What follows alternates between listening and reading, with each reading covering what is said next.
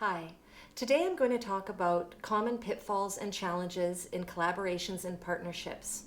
And I've titled this presentation, The 7 C's of Collaboration. Collaboration and partnership is not new, but it's becoming very popular in every sector. It has shifted from being an opportunity or an option to a necessity.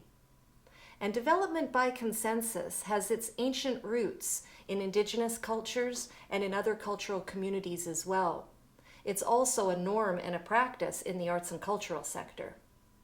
Collaborations and partnerships get started in very many different ways, whether it be the methodical approach or by kismet.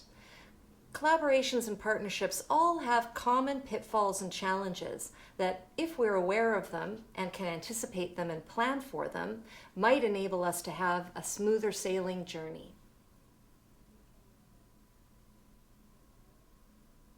The next C in collaboration and partnership is that of context and conditions. Context is everything in collaboration partnerships. Ideally, collaborating partners are in a relative state of stability. Though it is possible to collaborate during a time of crisis, it also increases the odds of bumps along the way or potentially an abrupt ending due to the crisis of one of the partners before the aims are fully realized. When people use the term collaboration and partnership, often they mean and expect different things. A common pitfall is assuming that we mean the same things when we are using that language. A way to avoid that pitfall is to drill down and have conversations about what does that mean to you? What do you picture about needs, preferences, priorities, limitations, and fleshing that understanding out.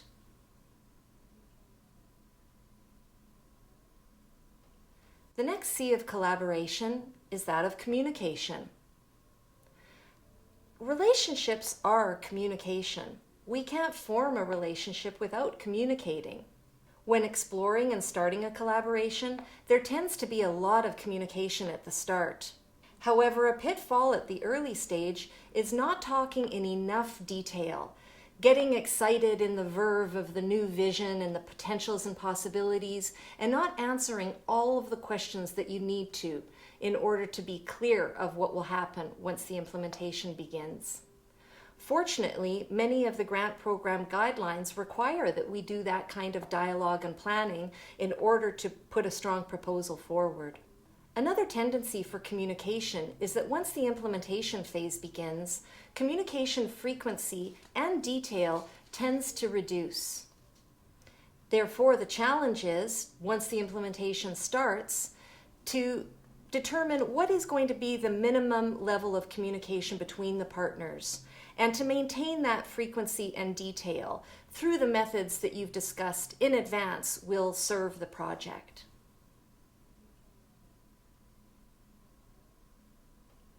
The next C in collaboration is that of compatibility, which is a big one. Prior to seeking a collaborator, individuals, organizations, or communities can and should undertake a self-assessment to determine for themselves how ready, willing, and able they are to undertake a collaboration at that time. In the self-assessment, they could undertake an environmental scan, which would identify the needs, resources, wants, priorities, limitations, gaps, and even bottom lines that they're going to be bringing with them to the collaborative endeavor. Once the initiating partner determines that they are ready, willing, and able to undertake a collaboration, they should next create a criteria of what are they looking for in an ideal collaborative partner. Once they have that criteria, then to brainstorm potential or prospective collaborators and to approach them one by one and have conversations to explore the possibilities of collaborating together with the vision that the initiating partner has in mind. Ideally, we don't select the collaborating partner because they're the first one that fits the criteria. Although we might come back to the first one, best process would involve selecting based on the criteria from a number of prospective collaborators. In doing that, we might identify the ideal partner, and we may also bring on board some really strong stakeholders that might assist us along the way.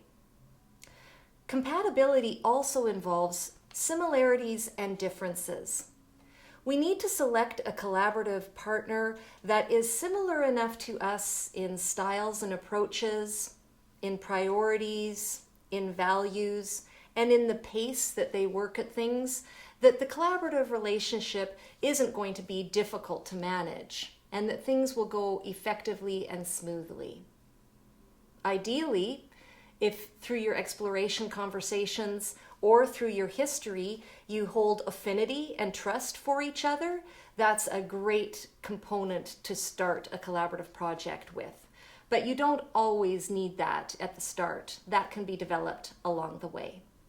At the same time as finding enough similarities or workability or feeling in sync with our collaborative partner, we also need to be complementary and identify a collaborative partner that is different from us, that has different experiences, different knowledge and skills, different networks, and different resources to bring to the project. So ideally, we've got that nice balance of enough similarity that we work effectively and well together, but enough differences that we can harvest and harness the diversity dividend. Compatibility also involves similarity or holding a common vision.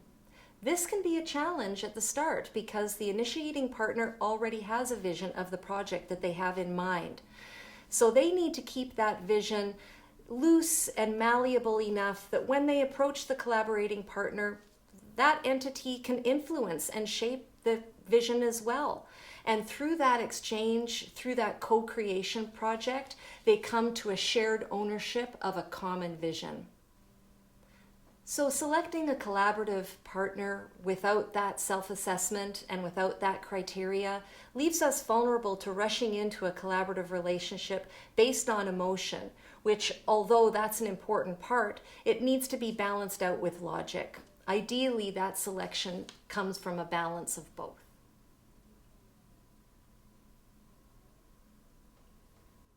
The next C for collaboration is that of commitment.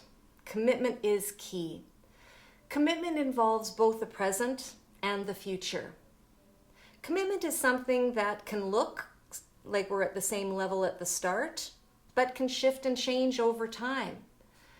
As well, it's something that can, like trust, build and develop or reduce over time. Pitfalls related to commitment can involve assuming that we have similar levels of commitment at the start and misreading them.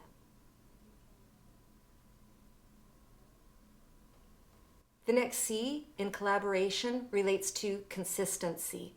Consistency is the importance of follow through on and making and keeping promises, agreements, and plans. We need to recognize when we can't follow through, hopefully in advance, but sometimes it's after the fact. And we need the transparency to acknowledge that to our collaborative partner and revise our plan. The pitfalls in this area relate to our tendency to want to avoid conversations that might have tension felt or expressed, as well the tendency to avoid or poorly execute accountability conversations.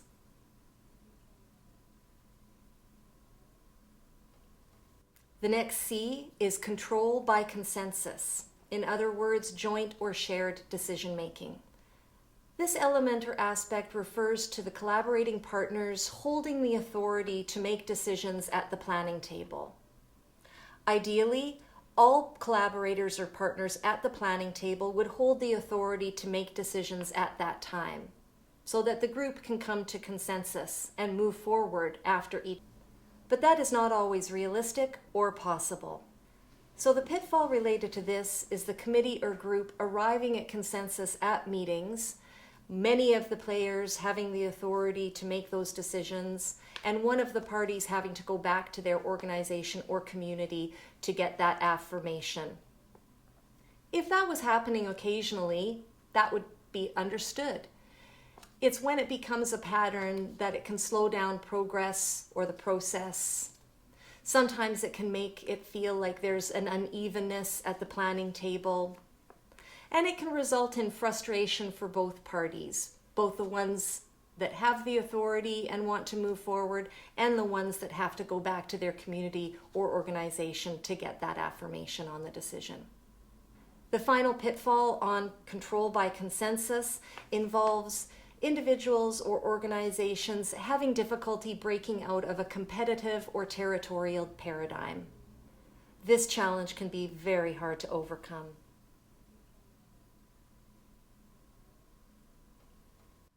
The next C in collaboration is that of continuous learning and improvement. To achieve continuous learning and improvement, all collaborators need to adopt a spirit of humility, an attitude of openness, and a commitment to exchange feedback with each other, both positive and negative.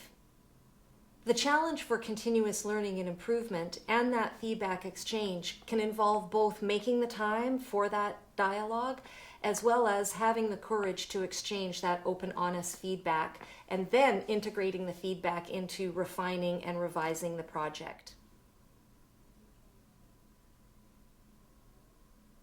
The next C in collaboration is that of creativity, having an innovation orientation and partnerships that creativity be harnessed all the way through the project, whether they be in health, education, social services, poverty reduction, business, urban, rural planning, the arts and cultural sector. Creativity is something that is absolutely necessary. Pitfalls related to creativity can involve compartmentalizing creativity into one stage or one role of a project, as opposed to having it in all roles from beginning, middle, through to the end of the project. Another pitfall in creativity is underutilizing the creative disciplines. Finally, attaching fixed limits and being risk adverse can really squelch creativity. In closing, collaborations and partnerships can bring out the best in individuals, organizations, and communities, and at the same time, they can reveal our flaws and imperfections. I hope this review of the 7 C's of collaboration helps you anticipate and plan for and avoid some of the pitfalls and challenges that naturally occur so that you can take your collaborative relationship out on the 7 C's and have a smooth journey. If you are interested in learning more about this topic, you can attend ACI's Art of Collaboration course, which is offered as the first foundation course in the Community Collaborative Arts Training Program, also known as the CCATP. Or it can be offered as a standalone course by request.